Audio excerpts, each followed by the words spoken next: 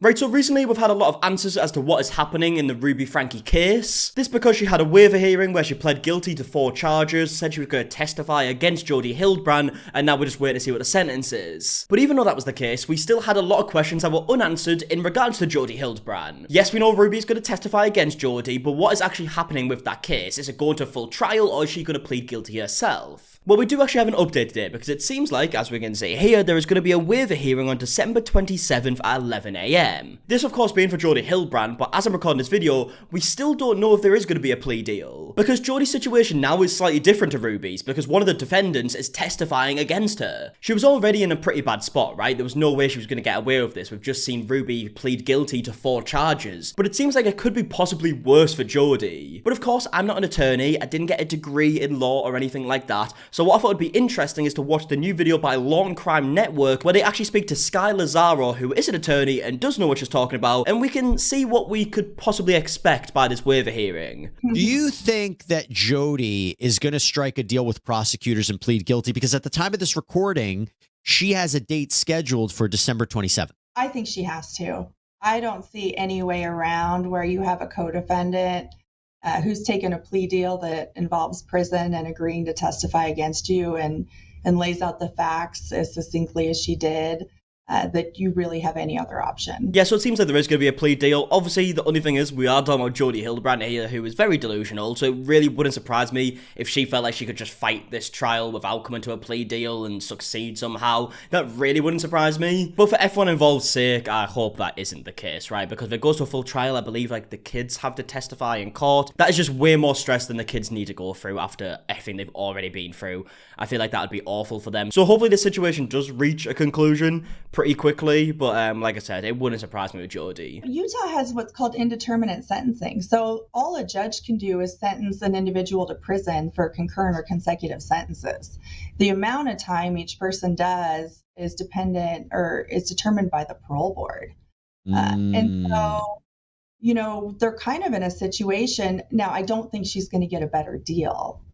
Ruby's deal was 4 of the 6 counts. They're not going to give Hildebrandt, you know, a screaming deal where they have someone who's willing to testify against her.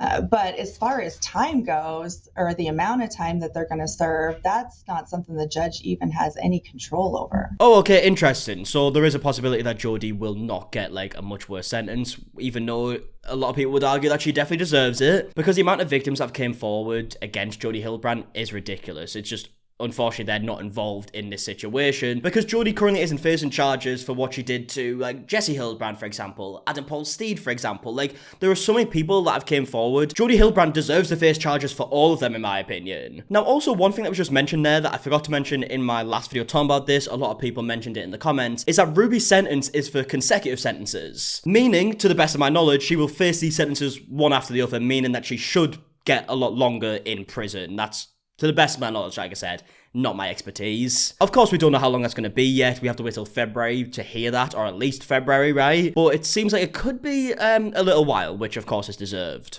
I'm kind of guessing it's going to be in maybe the 4 to 6 year range-ish, maybe 7. 4 to 6 year range, of course, like she just said there, she's guessing, right? She doesn't know 100%, but that is something that we mentioned in one of my last videos, that kind of was the number that was thrown around the most. So even though each charge is 1 to 15 years, in total, that could be a potential 60 years, right? It was never going to be 60 years, we did mention that in the last video. 4 to 6 years is what's suggested here. I mean, obviously to me, and probably most of you guys, that seems really fucking low for the stuff that Ruby has done, but it's not too shocking, is it? By the way, just real quick, any chance the judge could not give her prison time, or is she definitely going to prison?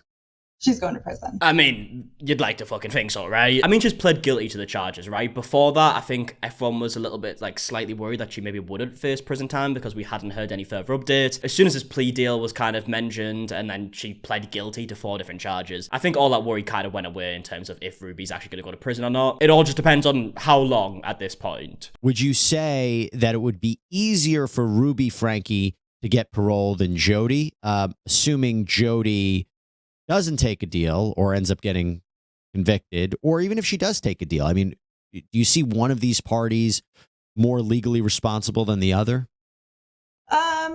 I think it's less being legally responsible when you get to the parole board stage of things, and more about the parole board wants to see people be reformed. Right. And that's sort of in the big push in Utah is this justice reinitiative, reform act and treatment and rehabilitating people along with the punitive part of it. Okay, that's interesting, because if we had a guess here, right, it seems like if anyone was going to suggest that they've reformed and that they're trying to better themselves or whatnot, it would be Ruby. I'm not saying that she actually would reform in any way, right? Because even before she met Jodi, we've spoke about her on so many different occasions, not for good reasons. But it seems like she's clearly came to the realization that Jodi wasn't a good person to have in her life, whereas Jodi is incredibly delusional and she's been trying to brainwash people for over a decade, God knows how long, and I just can't see her changing that mindset in the slightest, or even pretending that she's changed that mindset to try and impress people. I mean, if it was anything like Ruby's waiver hearing, we heard a statement from Ruby right before it actually happened, we got to see her on video. I imagine it might be something similar with Jodi. I don't know if we're going to be able to hear like a long statement from an attorney or whatnot, but it'd be interesting if we do to kind of see where her mindset's at, even if it'll be written by an attorney or professionally and whatnot to make it look good in her case. It'll just be interesting to read what the statement is. Because even though we have made countless amounts of videos on Jodi in the past, the one thing we've never heard Jodi say is, I'm wrong. She's never suggested that she could be wrong on anything. But she also has been in jail for a few months now and is going to go to prison, so who knows what'll happen. Ruby has just admitted to all of it. Jodi hasn't. So is that a defense? You have Ruby who admitted what she did, Jodi didn't. What do you think? It's tough because what the statute says is the actor commits aggravated child abuse if they inflict the serious bodily injury themselves, which Ruby Franke has agreed to, or having care or custody of a child causes or permits another to do so. So that's a tough one. I don't know that she gets past the subsection 2B just by saying Ruby did it, I was just there. I mean, also, let's not forget when Ruby's child actually did escape the house, Ruby wasn't even there, right? It was in Jodi's home. Ruby went for some family emergency, she said at the time, but this was in Jodi's home, right? So there's absolutely no way she could use the excuse of, oh, Ruby did it and I was just there, I had nothing to do with it. It's very, very clear that Ruby and Jodi were just a partnership in this, right? We knew that just from the Connexions videos. Of course, we didn't know how bad it was behind the scenes, but it's clear what's going on here. And assuming this all happened at Jodi's place, at her residence. Yeah, but exactly, right. I don't know. She left for the day. She wasn't there when the abuse happened. She didn't really pay attention. That wouldn't be enough, right? Like, she can't feign ignorance to what's happening. Because let's say she didn't direct Ruby to abuse the children, but she allowed Ruby to stay there and kind of turned a blind eye. That wouldn't be a defense? Possibly if she didn't know. Turning a blind eye would not be a defense. Not knowing is a potential defense. And there's absolutely zero chance that Jodi didn't know, let's be honest here. I mean, a lot of the stuff we've heard has been very similar to what we had heard previously with Jodi Hildebrandt, for example. The whole not being able to talk to other people, being locked in rooms and whatnot, being told that you're evil and possessed and that you need to be punished to get the sin out of you and whatnot. This is all stuff we heard Jesse mention months ago, and then it just kind of came out more recently that the same type of stuff has been happening to Ruby's kids. So the idea of Jodi trying to say that she didn't know what happened would be laughable, right? I can't even imagine she even tries to go down that route because it would be stupid. Cross-examining a snitch or someone who turns on their co-defendant is always fun for a defense attorney, right? Because you get to beat up on them for, you're just doing this because you got a deal. Now, in this case, it's not a good deal. She were getting a deal not to go to prison to testify. That starts to look a lot more promising and carry a little bit more weight, I think, when you say those things to a jury. In this case, where she's agreed to prison, it makes it a little tougher. But I think really what the cross-examination is, part of it is you always get into why you're pointing the finger. The state made you do it. You did it for a deal. And actually, you're the person who did this. I mean, you get to beat them up on the stand for everything they did. That they're now saying, well, that other person stood there and watched or helped. Yep. Or.